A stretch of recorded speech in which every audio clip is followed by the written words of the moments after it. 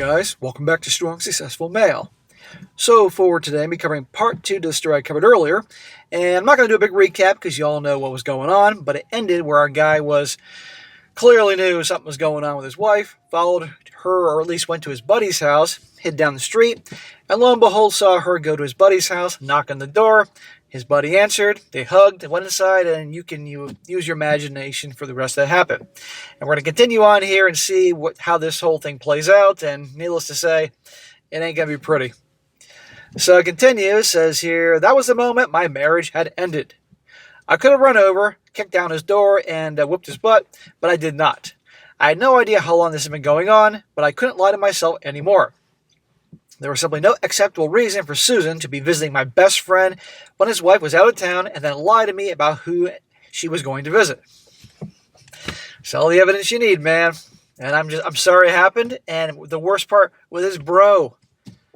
I mean, how many guys? I mean, this is a guy who watches our pill content. Bros before, I'm not the smartest guy on the planet, but it was pretty obvious what was going on. Then it hit me. I almost lost my breakfast in my front seat. Tom was the one I confided in about my worries and all the signs I was seeing, and now his reaction made perfect sense. Of course, he was going to send me down the wrong path to keep their secret. Then another thing hit me. I actually found myself on the side of the road retching. I confided in Tom. They were together, and there's no way he didn't tell her every single word that I said. They knew I was suspicious and didn't care. Yeah, you all remember, he went to him confiding him, and Tom's like, no, you're being paranoid. It's like, you freaking kidding me? This guy's a scumbag. Either they thought they were so smart that I never catch them, or that I was too stupid to bother hiding it from me. I'm not sure if it was from all the stories I've read, or something in my own mind, but I wondered if she thought I was so weak that even if I found out, I wouldn't do anything. That is a strong possibility. Things like that happen all the time. That I was so attached to her that I might get angry, but I wouldn't accept it. I was so effing mad, I could barely think straight. Well, this is the time to, maybe you should have gone to the golf course and hit some balls, let some anger out, or hit the gym or something.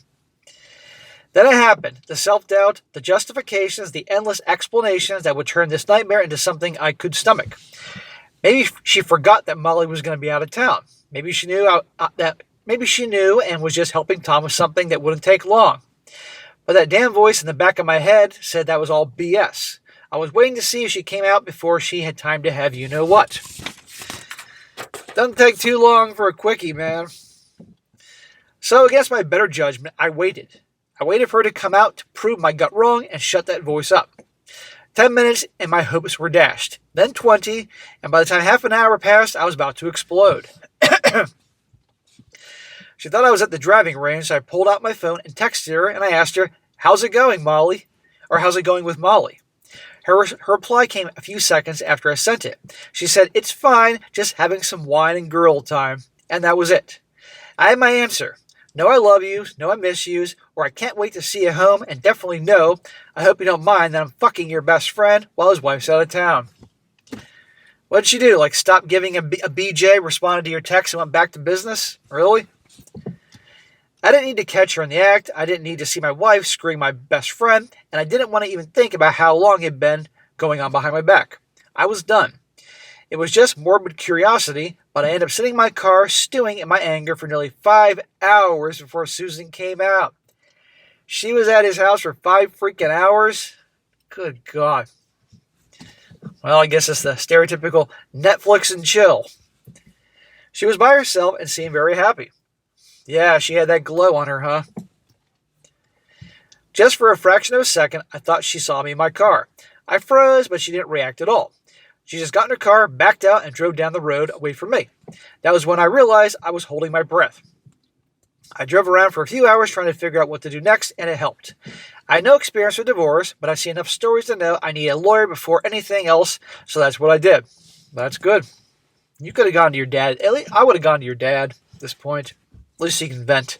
But yeah, lawyer, ASAP. Well, over the next week, I found a divorce lawyer, had a consultation, and surprise, without evidence, she was going to get half of everything, and even with evidence, she was going to get half of everything.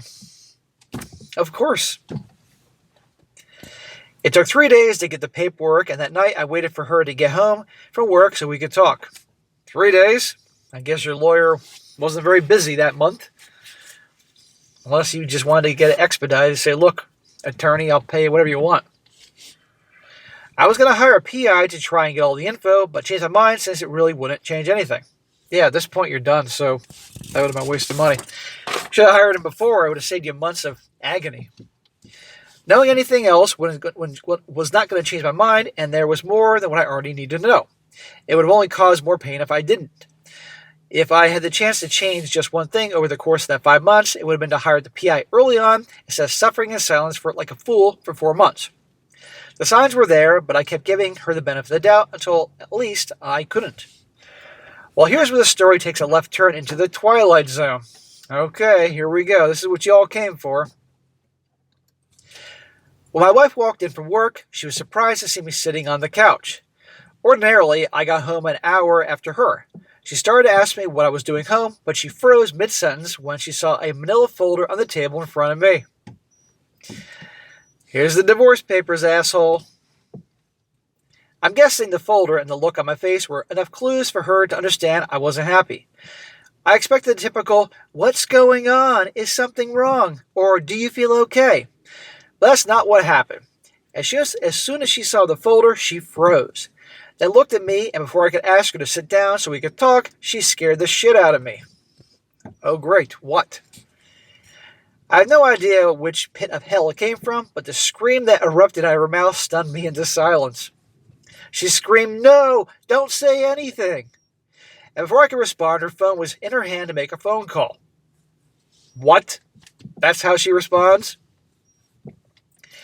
As soon as someone on the phone answered, she yelled for whoever was on the phone to get everyone and bring everything. This is an emergency. Again, what?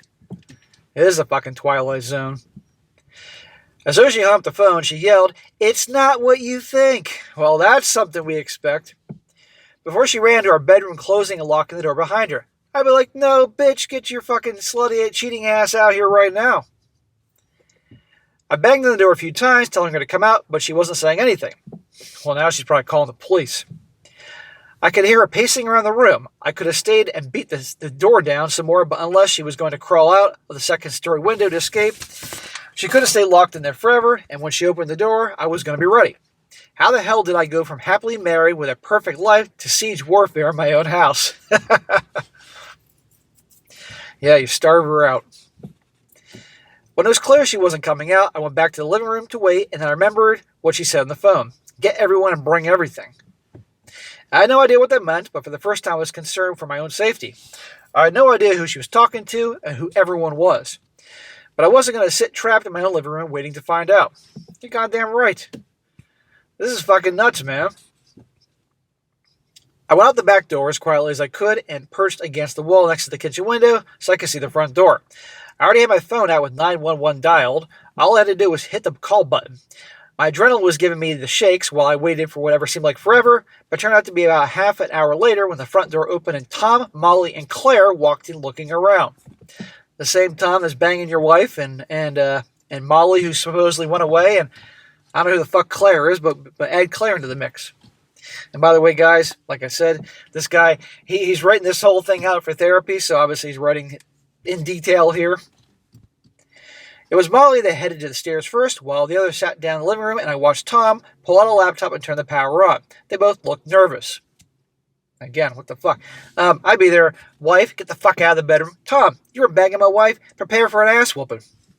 A few minutes later, Susan, his wife, and Molly walked in looking around.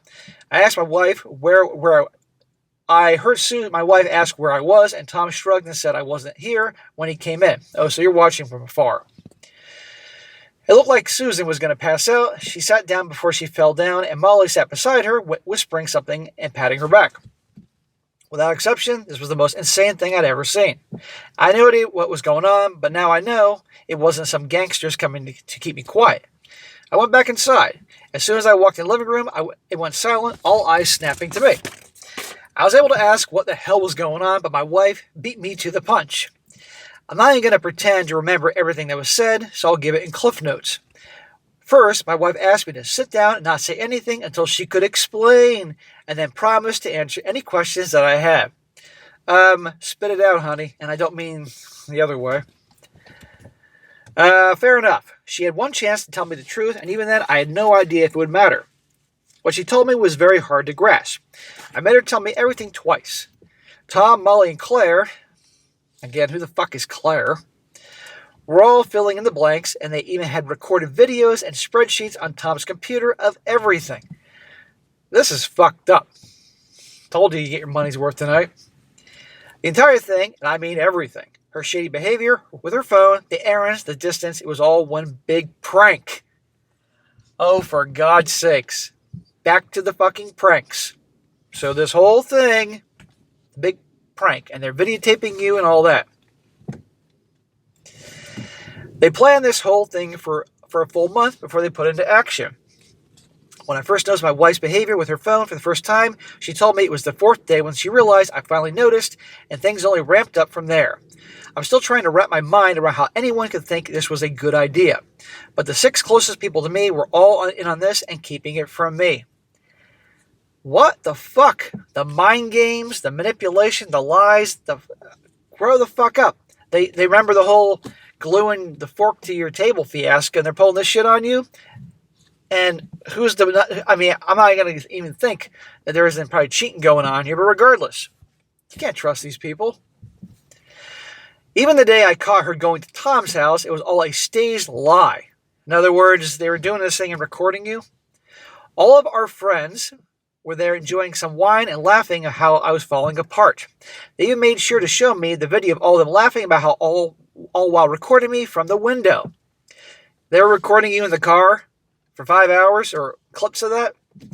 A video of me sitting in the car that day, and I did not look happy pounding on the steering wheel.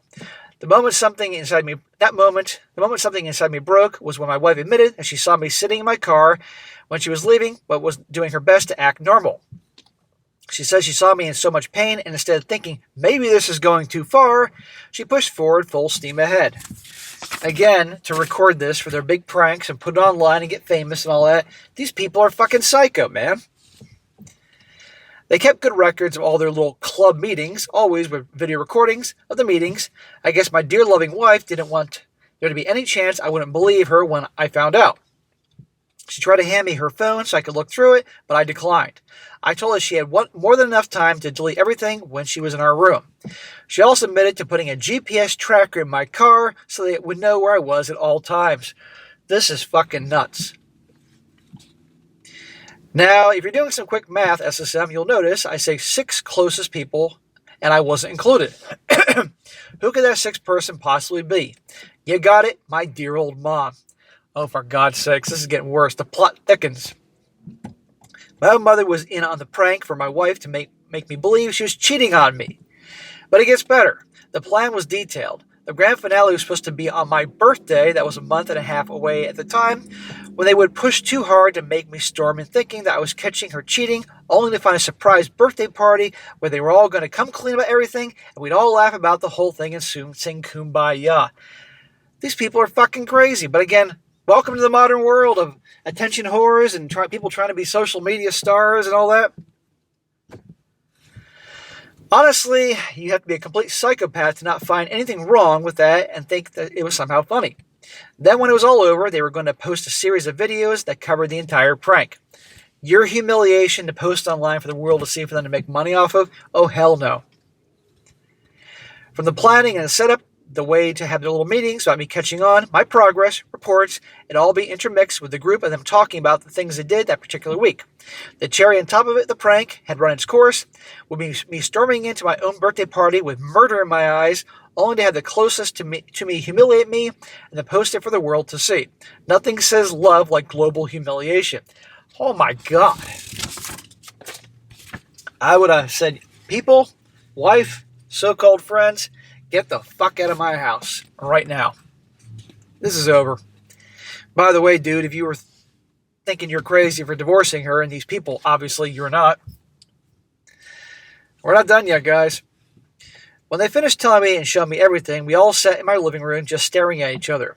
Did her explanation change anything? The more I thought about it, the more my mind was made up. It was Tom that broke the ice first. He apologized for the prank and said it just got out of hand, like that was supposed to erase the last 5 months of my life. I didn't respond to him. What do you even say to that? I then asked my wife why. What she said gutted me, even though in her mind I don't think she thought she was being malicious. My wife said it was just a big joke. Please don't turn this into something bigger than it needs to be. Fuck you! Completely dismissing him.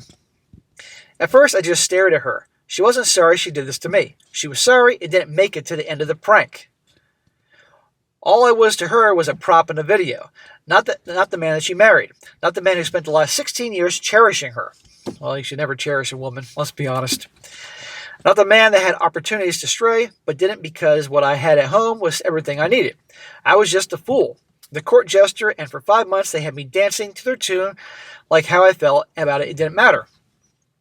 That was the moment of clarity. My wife, my friends, even my mother didn't respect me, none of them. To them, I was expendable. It was like flipping a switch. I wasn't angry anymore. I wasn't anything. My whole body was numb, but my thinking was in overdrive. Maybe that's where all the blood went. Who knows? I knew I wasn't angry, and it was as clear as glass. It was over, and there was nothing left to fight for, so there was no need to be angry.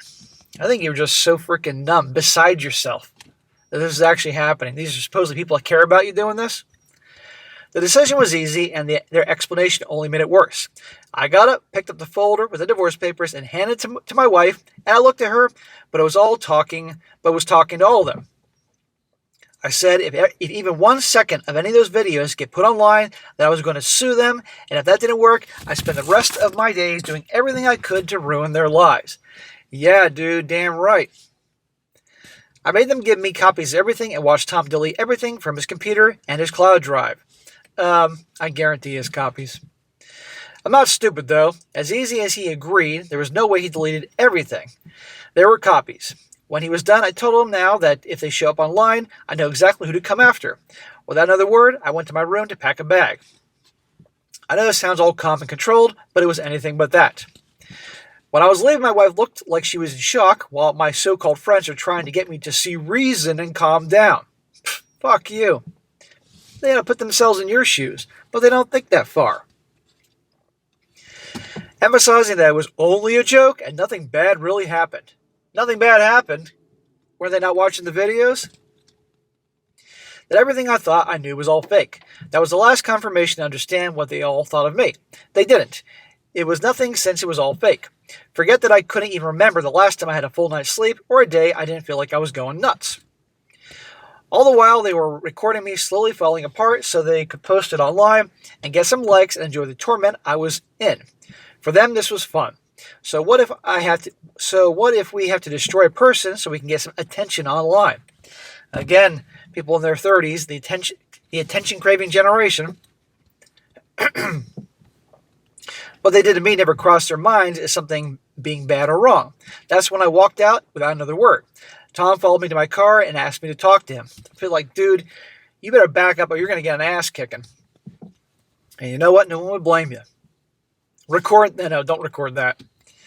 There wasn't much to say. I told him that of all the people that were involved, he knew me. He understood me. There was no way that my reaction was a surprise to anyone in that room. That's when it hit me. Not only did any of them not respect me, they didn't care at all about me. They knew I was going to be angry, but they thought that even if I was angry, I wouldn't push back. Maybe I'd mope around for a few days of sulking, but I would get over it. They all thought I was too weak to leave. They were wrong. I got in my car and drove off without a backward glance. Not because I didn't care that my life was falling apart. I was focused on one very specific thing that calls herself my mother. I need her to explain and justify why she would participate in doing something so cruel to her own son, and I need to see with my own eyes what she said. When I got to her apartment, she was surprised to see me. Yeah, let's not forget that his mom is involved in this thing. Well, you're going to hear more. Either she was a great actress or nobody told her the prank was out. I didn't wait to figure it out. I hate these words, and it's in my life. It's the first time I'll ever use them. But I told my mom, we need to talk. I won't bother you with all the details, but she admitted that she was helping with the prank and had been used as an alibi once. But she didn't know what the actual joke was about. All she knew was that the big reveal would be at my birthday party, and she wanted to help me make the day special for me. Well, I'm going to give a spoiler here. Mom actually didn't know what was going on, and you'll find out. But she only got a fraction of the story. When I told her what the prank was, she lost her fucking mind. I had to show her a couple of the videos when she said that Susan would never do something like that. Bullshit. I knew the second she accepted the truth because she stormed out of the apartment with her purse and keys, swearing I never heard her before. My mom didn't look back, just slammed the door behind her and she was gone. I had a sneaking suspicion that my wife was about to get a visit from her. It didn't matter though, it wasn't my problem anymore. At least I didn't need to kick my mom out of my life. And that's going to wrap up part 2. And you're going to see in part 3 in 2 hours, again, stop yelling at me, how this thing wraps up with the wife, the friends, the parents, the whole thing. And again, holy crap, this is a crazy one. So I will see you in a couple hours.